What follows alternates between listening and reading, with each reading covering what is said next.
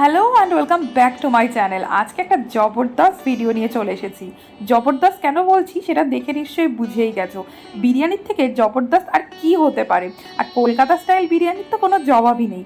শর্টসে বিরিয়ানির রেসিপি তোমরা অনেকেই চেয়েছিলে, তার জন্য ভাবলাম একটা কমপ্লিট ভিডিওই কেন নিয়ে আসা যাক। তো যারা চ্যানেলে নতুন অবশ্যই কিন্তু সাবস্ক্রাইব করতে ভুলো না, আর যারা পুরনো তারা অবশ্যই কিন্তু এভাবেই পাশে থেকো সবসময়। তো চলো ভিডিওটা শুরু করা যাক। তার আগে অবশ্যই তোমাদের জন্য অনেক অনেক ভালোবাসা। শুরুতেই বিরিয়ানির মাংসটা ম্যারিনেট করে নেব। এখানে আদা রসুন আর লঙ্কা বাটা রয়েছে, এর সাথে মেশাবো হচ্ছে টক দই। অবশ্যই কিন্তু টক দইটা মেশানোর চেষ্টা করবে, তাতে গ্রেভির থিকনেসটা ভালো হয়, কারণ বিরিয়ানিতে কিন্তু থিকনেসটা ম্যাটার করে। লঙ্কার গুঁড়ো, ধনের গুঁড়ো, হলুদ গুঁড়ো আর সঙ্গে অল্প একটু জিরের গুঁড়ো কিন্তু আমি ব্যবহার করছি। আর তার সাথে দিয়ে দিলাম হচ্ছে শাহি গরম মশলা। আর এখানে একটা খুব ইম্পর্টেন্ট ইনগ্রিডিয়েন্টস যেটা না শেয়ার করলেই নয়, সেটা হচ্ছে বিরিয়ানি মশলা। তোমরা সেটা হোমমেডও বানাতে পারো। আমি ভাই লেজি মানুষ, তাই জন্য কেনা বিরিয়ানি মশলাটাই আমার জন্য প্রেফারেবল। এখানে বিরিয়ানি মশলাটা কিন্তু একটু বেশি করে, মানে 2 চামচ মতো কিন্তু ব্যবহার করতে হবে, যাতে এর ঘ্রাণটা খুব সুন্দর একদম দোকানের স্টাইলের বিরিয়ানি হয়। আর সঙ্গে নুন দিয়ে দিলাম, নুন ছাড়া কি আর রান্না হয়। তো দিয়ে এবার এটাকে ভালো করে কিন্তু ম্যারিনেট করে রাখবো। আর সঙ্গে মিশিয়ে দিচ্ছি একটু কাশ্মীরি লঙ্কার গুঁড়ো। কালার না এলে কি আর রান্নার স্বাদ মনে হয় বলো? বাঙালিদের তো রান্নার কালারটাই হচ্ছে আসল অ্যাসেট বলে আমি মনে করি। আচ্ছা, শুরুতেই একটা কথা বলে দিই, এইটা কিন্তু সম্পূর্ণ আমার স্টাইলের বিরিয়ানি। অথেন্টিক কিনা বলতে পারবো না, তবে এটা বলতে পারি যে এরকম স্টাইলে বানালে রান্নার টেস্ট কিন্তু দোকানের বিরিয়ানির থেকে কোনো অংশে কম হয় না। এবার অনেকে বলতেই পারো এরকমভাবে হয় না, ওরকমভাবে হয় না। দেখো ভাই, আমি তো অথেন্টিক কুক নই, আমি ঘরোয়া রাঁধুনি। তো সেই জন্য আমার মতো করে, আর বিশেষ করে আমি কিন্তু প্রচণ্ড লেজি, তাই চেষ্টা করি কোনো রেসিপি সেটা কত সহজভাবে সুন্দর রান্না করা যায়, সেই জন্য আমি কিন্তু সেটারই উপায় খুঁজে থাকি। ম্যারিনেশন কমপ্লিট হয়ে গেছে, এবার এটাকে বেশ কিছুক্ষণের জন্য আমি কিন্তু ঢেকে রেখে দেবো।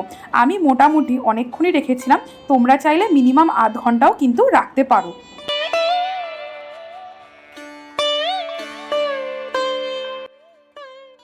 বিরিয়ানিটা রাত্রিবেলার মেনু ছিল, তাই জন্য 4 ঘন্টা মতো ম্যারিনেট করার পর এখানে কড়াইতে তেল গরম করে নিয়েছি। আর তার সাথে এবার দিয়ে দেবো পেঁয়াজ, বেরেস্তা তৈরি করার জন্য।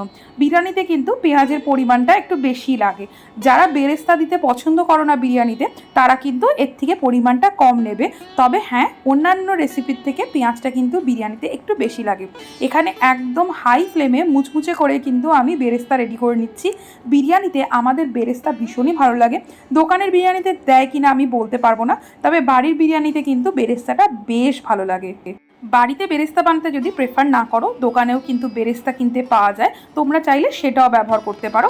আমি বাড়িতে বানানোটাই প্রেফার করলাম। বেরেস্তা আমার রেডি।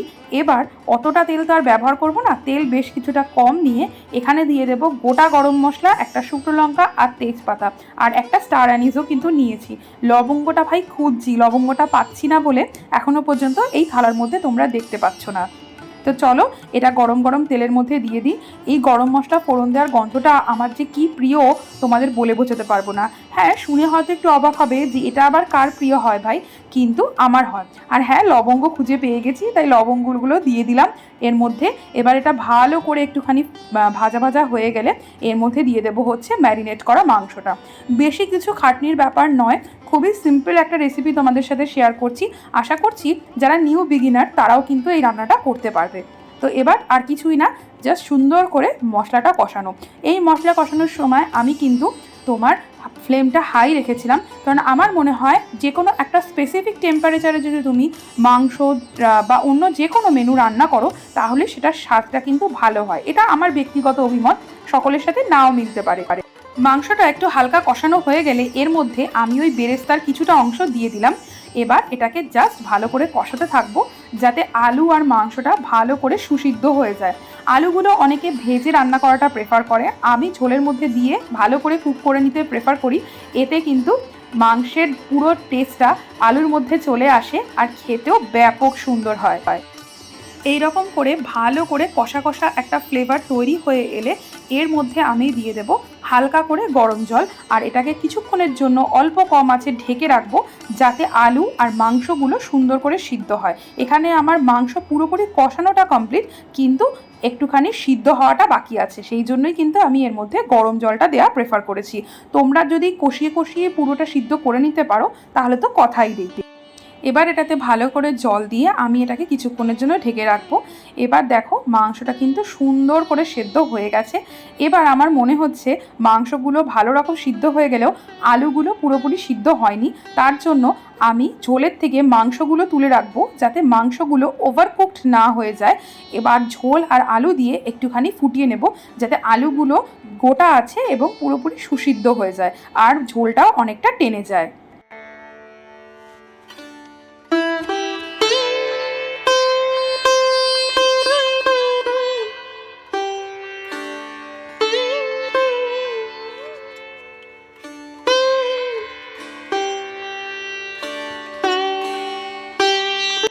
বিরিয়ানিতে মাংস কিন্তু একদম রেডি।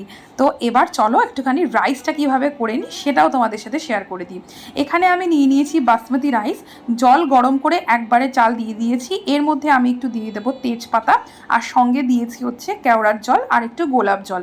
আগে থেকে বলে রাখি অনেকে কিন্তু এর মধ্যে গোটা গরম মশলা পটলি করে দেওয়াটা প্রেফার করে, আমি খুব একটা প্রেফার করি না, কারণ মনে হয় বিরিয়ানি মশলা পরে যখন অ্যাড করব তখন এই স্বাদটা সুন্দর করে ডিস্ট্রিবিউট হয়ে যাবে।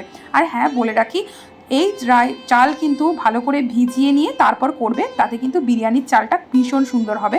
আর ভাত ফোটানোর সময় কিন্তু ওর মধ্যে নুনটাও আমি অ্যাড করে দিয়েছি। গরম গরম ভাত তার জন্য একটুখানি ছড়িয়ে রেখেছি যাতে সুন্দর করে ঠান্ডা হয়ে যায়, কারণ গরম গরম অবস্থাতেই যদি তুমি লেয়ারিং করো তাহলে কিন্তু রাইস ওভারকুকড হয়ে যেতে পারে। এবার আমি চলো বিরিয়ানির লেয়ারিংটা করে নিই। কিছুই না, খুবই সিম্পল রেসিপি শেয়ার করছি তোমাদের সাথে। কড়াইয়ের মধ্যে শুরুতেই মাংসের একটা লেয়ার দিয়েছি আর তার সাথে দিয়ে দিয়েছি কেশর ভেজানো দুধ। এরপরে ওর ওপরে ছড়িয়ে দেবো হচ্ছে রাইসটা, আর রাইসের ওপর দেবো হচ্ছে বিরিয়ানি মশলা, ঘি, আর হচ্ছে সেই কেশর ভেজানো দুধটা আর পেঁয়াজের বেশ কিছু অংশটা মানে বেরেস্তাটা দিয়ে দেবো। এরকম করেই কিন্তু প্রতিটা লেয়ার সাজাতে হবে। দুধ দেওয়ার মেন কারণটাই কিন্তু যাতে ফ্লেভারটা খুব সুন্দর আসে আর একটা সুন্দর কালার, কেশরের থেকে যে কালারটা আসে সেটা তোমরা পেতে পারো। অনেকেই আছে কেশর অ্যাভেলেবেল থাকে না তাদের বাড়িতে, তো সেক্ষেত্রে তোমরা ফুড কালার ব্যবহার করতে পারো, অর এলস যদি তুমি মাংসের গ্রেভিটা একটু বেশি রাখো ফুড কালারও ব্যবহার করার প্রয়োজন হয় না। আমি সাজেস্ট করবো ফুড কালারটা ব্যবহার করো না, কেননা তাহলে হোমমেড জিনিসটা আর হোমমেড মনে হয় না। ফুড কালার এমনিও শরীরের জন্য ভালো না। এরকমভাবেই কিন্তু আমি লেয়ার করে নিচ্ছি। তোমরা তোমাদের পছন্দ মতো সেকশন সাজিয়ে নিতে পারো। যারা বিরিয়ানিতে ডিম দিতে প্রেফার করো তারাও কিন্তু একটা লেয়ারে শুধুমাত্র ডিম দিয়ে সুন্দর করে বিরিয়ানিটা সার্ভ করতে পারো। এমন করে প্রতিটা লেয়ারেই কিন্তু ঘি এবং বিরিয়ানি মশলা আর বেরেস্তাটা দিয়ে দেবে। ঘিটা কিন্তু অবশ্যই ম্যান্ডেটারি, ঘিয়ের কিন্তু একটা ভীষণ সুন্দর ফ্রেগরেন্স কিন্তু বিরিয়ানিতে পাওয়া যায়, আর যার জন্যই বিরিয়ানিটা বিরিয়ানি মনে হয়। একদম ওপরের লেয়ারটাতে কিন্তু অবশ্যই একটু কেওড়া জল আর গোলাপ জল দেবে যাতে সুন্দর একটা দোকানের মতো জবরদস্ত বিরিয়ানির ফ্রেগরেন্স কিন্তু পেতে পারো তোমরা। তো চলো এবার এটা কমপ্লিট হয়ে গেছে, এবার এটাকে ঢেকে দেবো আর ঢেকে দিয়ে কিন্তু দমে বসিয়ে দেবো। দমে কিন্তু আমি রেখেছি একটা চাটুর ওপর একদমই কম আছে, আর এটাকে একদম টাইট করে আটকে দেবো। এবার দেখো বিরিয়ানি হচ্ছে কমপ্লিটলি রেডি। আমি এটা 20 মিনিটসের জন্য দমে রেখেছিলাম। একদমই ঘরোয়া স্টাইলের চিকেন বিরিয়ানি কিন্তু রেডি। আর রঙটা জাস্ট দেখো একদমই দোকানের মতো, যেরকম হলুদ আর সাদা চালের মিশ্রণটা থাকে ঠিক তেমনি। ট্রাস্ট মি ভীষণই সুন্দর হয়েছে। আমরা কিন্তু বিরিয়ানির ব্যাপারে ভীষণ খুঁতখুঁতে, সেখানে বাড়িতে বিরিয়ানি বানিয়ে খাচ্ছি মানে তোমাদের এটা গ্যারেন্টি দিতে পারি এটা জবরদস্ত খেতে হয়েছে। এই স্টাইলে একদম ব্যাচেলার বিরিয়ানি বলতে পারো এটাকে। এরকমভাবে বানিয়ে খেলে কিন্তু একটুও নিরাশ হবে না যারা কলকাতা স্টাইল বিরিয়ানি পছন্দ করো। আজকে যেহেতু একদমই ঘরোয়া স্টাইলের বিরিয়ানি দেখালাম, ওর জন্য কিন্তু কোনো ফ্যান্সি ডেকোরেশন আমি করিনি, কারণ ফ্যান্সি ডেকোরেশনটা কিন্তু নিত্যদিনে চলে না। তবে হ্যাঁ, ফ্যান্সি ডেকোরেশন করে খাবার পরিবেশন বা খেতে কিন্তু সত্যি ভালো লাগে। তোমরা এরকমভাবে বানিয়ে ফ্যান্সি ডেকোরেশন করে খেয়েও অবশ্যই তোমাদের ভালো লাগবে, এইটুকু গ্যারান্টি দিতে পারি। আশা করছি তোমাদের ভিডিওটা ভালো লেগেছে। আর আবারও শেষে বলে রাখি আমি কিন্তু কোনো অথেন্টিক কুক নই, আমার রেসিপিসও অথেন্টিক এটা আমি দাবি করছি না। আমি আমার স্টাইলে সব রান্না বানানোর চেষ্টা করি যেটা ইজি হবে এবং খেতেও জবরদস্ত হবে। যদি ভিডিওটা ভালো লাগে অবশ্যই লাইক করে দিও, সাবস্ক্রাইব করে দিও, আর চ্যানেলটির পাশে থেকে কিন্তু সাপোর্ট করো।